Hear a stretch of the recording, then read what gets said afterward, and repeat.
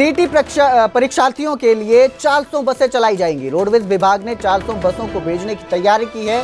दादरी की नई अनाज मंडी में अस्थायी बस स्टैंड बनाया जाएगा। परीक्षार्थियों को कोई भी किराया नहीं देना होगा। एडमिट कार्ड के आधार पर बस सुविधा दी जाएगी।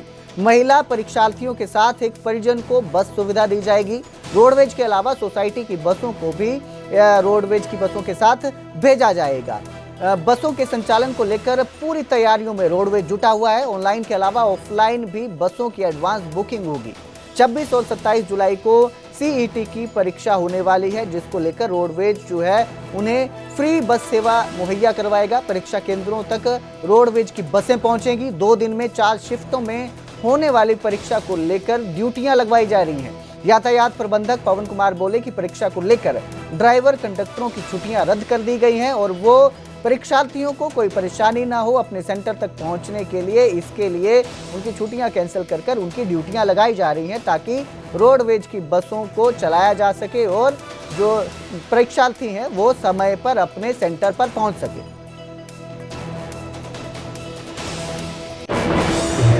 26 और 27 जुलाई को उसकी डेट फिक्स की गई है। सरकार की अपने सभी अधिकारियों कर्मचारियों की जो है 2 दिन के लिए छुट्टियां रद्द करने के ऑर्डर जारी हुए हैं, निर्देश प्राप्त हुए हैं। कल भी डीजी हेडक्वार्टर अपने डीजी साहब ने डीसी द्वारा मीटिंग ली है।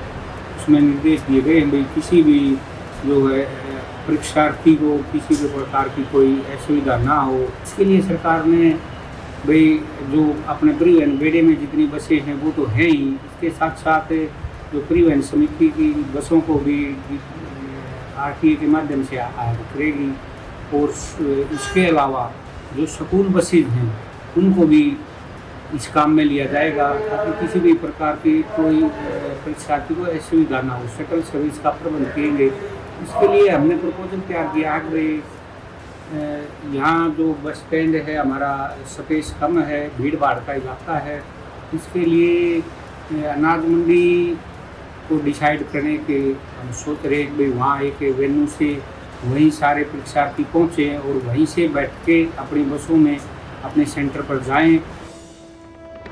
पानीपत में अवैध स्पा पर कार्रवाई की गई। संचालिका समेत 4 पर मुकदमा दर्ज किया गया। पिछले दिनों यहां एक युवक से मारपीट हुई थी। महिलाओं ने तीसरी मंजिल से एक युवक को गिराया था। पीड़ित की बहन की शिकायत पर स्पा सेंटर पर कार्रवाई हुई है।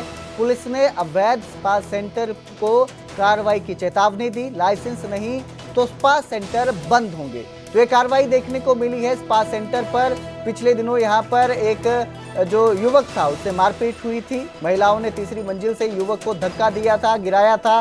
पानीपत में अवैध स्पा सेंटर पर यह कार्रवाई हुई है। इसके साथ ही पुलिस ने चेतावनी दी है कि अगर लाइसेंस नहीं है तो स्पा सेंटर बंद कर दिए जाएंगे।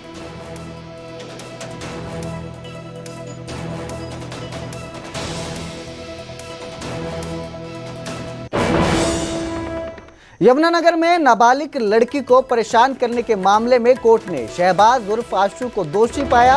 कोर्ट ने दोषी शहबाज को 7 साल की सजा सुनाई है। 3 अलग अलग धाराओं में 4, 2 और 1 साल की सजा सुनाई गई है। दोषी को तीनों सजा अलग अलग काटनी होगी।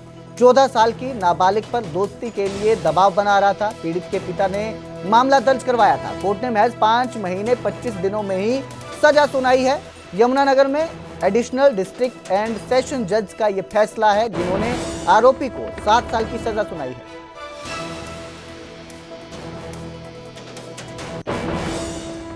मजिस्ट्रेट के पास बयान दिए तो उसमें उसने बताया कि इसके पीछे एक शहबाज खान उर्फ आशू नाम का जो उनके एरिया में ही रहता है, वह उस लड़के के थ्रू और अपनी लड़की के थ्रू मुझे प्रेशराइज कर रहा है कि उसके साथ दोस्ती कर ले।